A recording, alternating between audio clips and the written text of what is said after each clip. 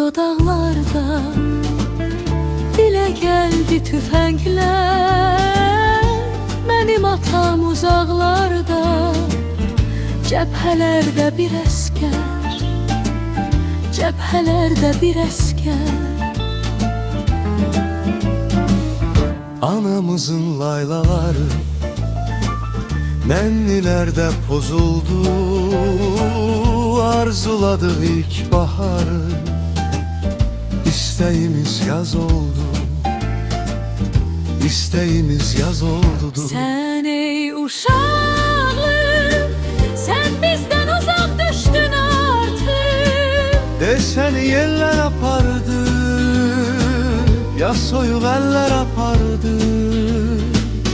Sen ey uşağım, sen bizden uzak düştün artık. Desen yeller apardı, ya soyuq eller apardı. Anamızın laylaları nennilerde pozuldu.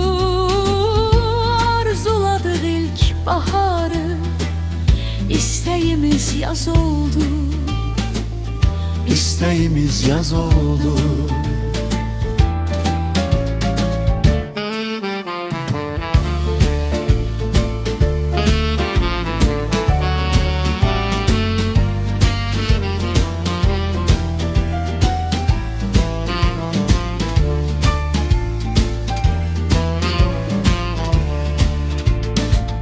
Görmedik biz gül destesi, görmedik biz oyuncak.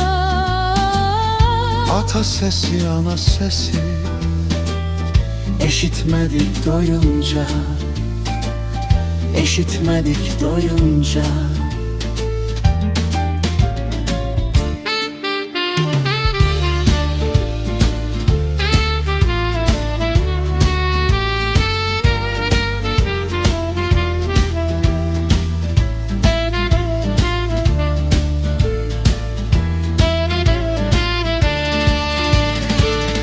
Öz qoynuna aldı bizi bu buruqlar şəhəri.